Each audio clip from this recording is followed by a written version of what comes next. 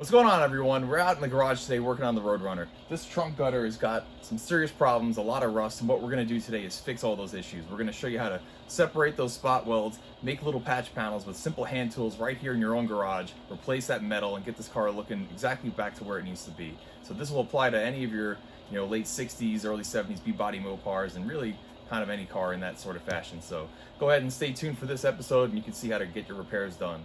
The trick to removing metal like this remaining piece of quarter panel left on the top of the trunk gutter is just kind of taking it slow and steady. Sure, there's spot welding drill bits that I could be using, but honestly, there's 100,000 different ways to do things, right? And you can see here the top part of the remaining pieces of the quarter panel left in the original trunk gutter. And just by making small slices and just taking little bites out of it, you weaken the metal that you want to get rid of in little places, and then it becomes a whole lot more manageable to actually get rid of what you're trying to get rid of. So something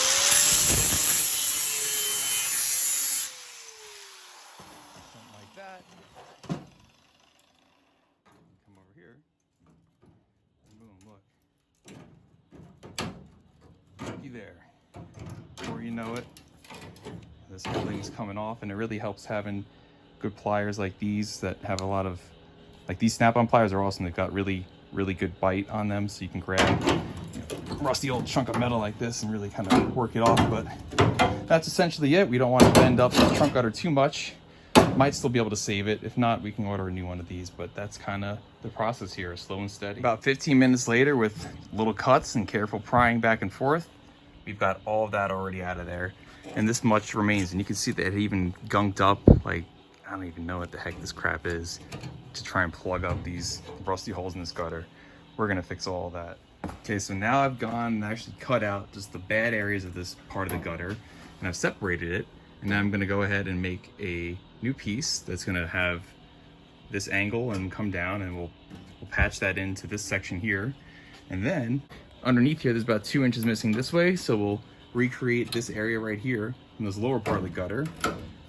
At the same time though, I'm also being careful to make sure that you can see I could set this kind of further in, further out. I don't want to mess up my length and height, so I could still see where that crap was sitting.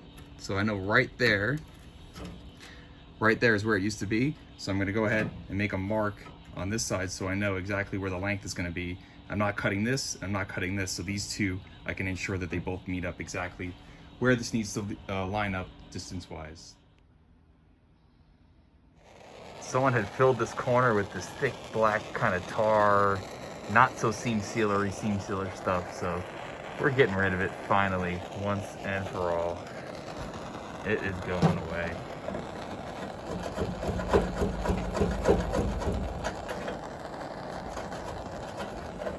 And don't worry, I'm wearing a respirator and I've got the garage ventilated.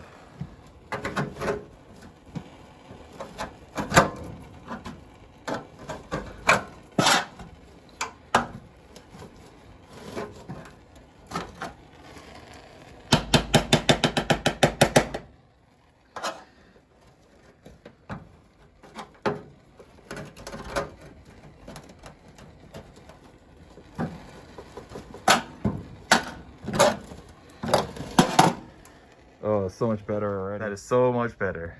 All that crap is finally gone. I've been wanting to do this for years, literally, since I got this car.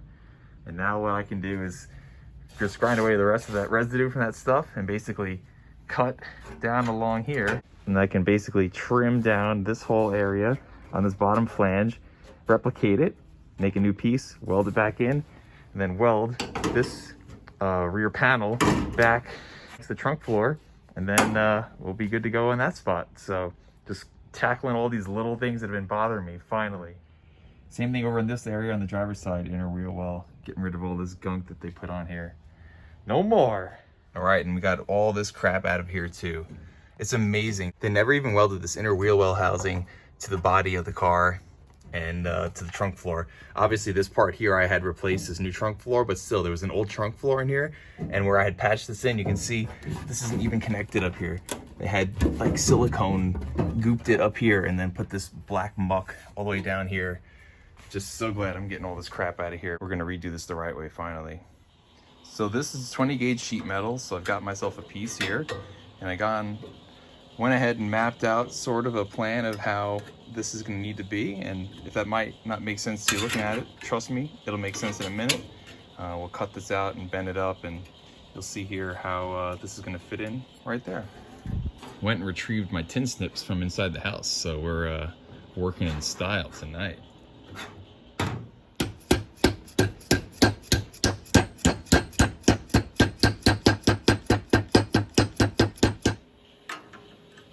Okay, and now we're just gonna cut the rest of it and make it work.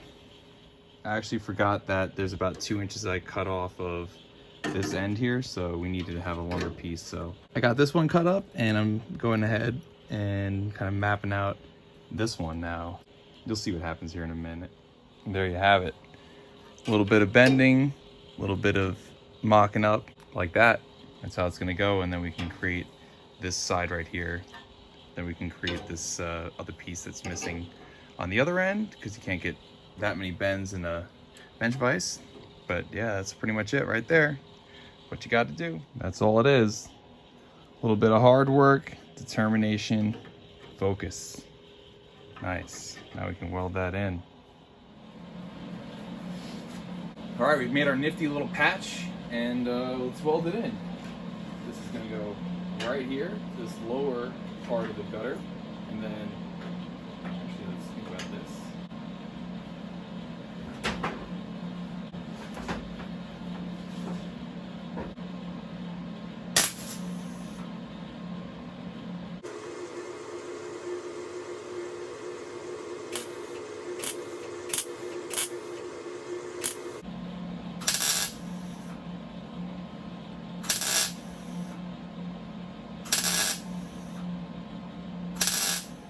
How about that?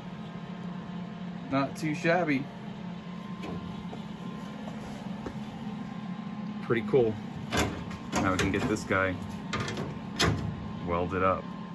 All right, and then we sprayed a little weld through primer in this area, because this spot now is gonna have this piece laying on top of it, and you don't wanna have bare metal sandwiched underneath other metal. Spray weld through primer on this underside too once we get it cleaned up, but first we're gonna have to, of course, patch this area that's missing. So that's the next step while we let that dry. Okay, and I carefully have just beat this little piece here into shape by bending it one way, marking up where I needed to hit it again, and then just rinsing and repeating. And yeah, just like that, we've got ourselves, I think, what we're gonna need to complete that spot over on the gutter. And what do you know? That looks pretty freaking good. Heck yeah. That is absolutely what we needed. Now we'll just refine that bottom of the piece and cut it off a little bit, and we can get this thing welded in. All right, got this piece welded in. Looks really freaking good. Now all I need to do is go ahead and get some copper or some aluminum behind these holes that are left over from where the old quarter panel was spot welded through the top of the quarter panel's flange onto this flange, and patch all those in. But man, that looks freaking good. Like, I am way pleased with that. Now all I need to do is just weld this thing up. Once we get these two pieces welded, then I can disconnect over here, separate these spot welds, and separate these two flanges from each other, and then fix all the rust over here, fix this corner, and just continue going and taking little bites out of this thing. But there's your Roadrunner update. So here's another key lesson in car building. I was about to weld that thing up based off of where it used to be. And if you remember, I pulled off a quarter panel that was put on here by someone else. There's all sorts of work on here done by someone else that we know we don't like. This quarter panel was never replaced, so I know that all of the alignment from the distances from everything on this side is good to go. For example, if we measure right here from this flange, which we know at the bottom of the window, out here to this nice edge, you've got 41 inches on the dot. Now, previously, when I made the same measurement over here in the corner of this window, down to this flange, you can see we're right at 41, which means that we're on the money. But before, I was actually getting about 40 inches, which means this piece here was leaned in a little bit too much. And then when you start eyeballing stuff, you realize, yeah, that's about right, because you can see, if you look right here, I'm holding the phone pretty much parallel. Right here is lean maybe a few degrees in, correct?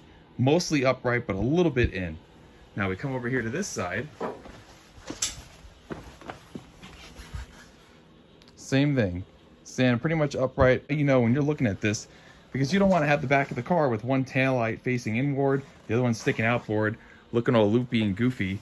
Plus, this would lead to alignment issues with the trunk and everything else, because if you lay the trunk on here, you would have, if this was set too far in, you'd have a huge gap between where the trunk closes, and then over there it would line up nicely with your weather stripping. So here's another really good thing just to look into. Always measure stuff before you final weld.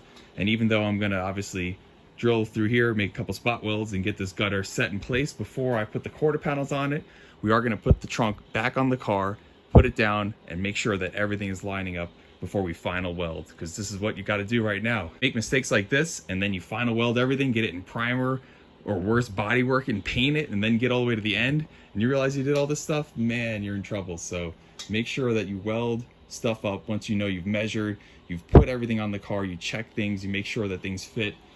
Back window, put the glass in it, make sure that the glass fits, put the actual clips in for the molding, make sure that it's not hitting against the molding, all this stuff, make sure things fit. It's also like 1 a.m. on a Thursday night, technically Friday morning. I got work in the morning. I still haven't changed out of my work clothes. I don't give a damn. I love this. Like, I have been waiting so long to attack these parts of this car, and it's just amazing reflecting back on where I was 4 years ago when I bought this car, skill-wise and knowledge-wise and everything. Like, this seemed really daunting to me, but now, I don't know, I feel like I can just handle all these little pieces as I'm going. It's going pretty good so far, and I'm hoping that these videos are helpful to anyone watching. These are ways that anyone could do this stuff clearly at home, because I'm doing it right here in front of you guys. So, all right, well, all in all, this whole job took me about 5 hours. So when you want to really think about it, if you were to look online right now to buy a whole new trunk rail gutter set, it's about 240 bucks from AMD, and that includes both pieces that come off of the deck filler panel and then the two pieces that drop down towards the bottom of the trunk. So in all, I'm gonna have to make repairs on nearly all 4 of those spots. And if you consider the fact that it took me 5 hours to do this repair in this one place, and let's just say my work was worth $50 for an hour, right? That puts me at 250 bucks. So I've already shot my whole budget on this one spot, and I'm probably gonna have to do that another 4 times on this car. So in all reality, when you're looking to do this at home, you can go ahead and balance it that way. You know, am I gonna spend 250 bucks, drill out the spot welds and just completely remove all the gutters all the way around it and just put the new metal in? Quicker, easier, a lot less headache, save you some money. But maybe if you don't have the cash available, you don't feel like replacing all that metal, and you want to go through and you have the time available like I do to patch all this stuff, well, then time is money, right? You're spending your time in place of the money to buy the parts, because it only cost me, what, a couple bucks worth of sheet metal at most to do this. So that's a consideration for you right there to kind of cap off what this work took me. You know, it's a lot of work doing it this way. In the future, I definitely look forward to replacing the metal on other cars that I'm working on, but I'm specifically working on this car like this because this is kind of how I started. Just like everyone else at home in their own garage, this is the way that we all got to do. We got to make do with simple hand tools, making the most of what we got. And before I go through and just replace everything, I figured, why not come out here, show everyone how to do it by hand, this kind of old school way. And hopefully you're enjoying these videos and they're helpful to everyone. So thanks for staying tuned. There's a whole lot more that you can see coming up here in the future.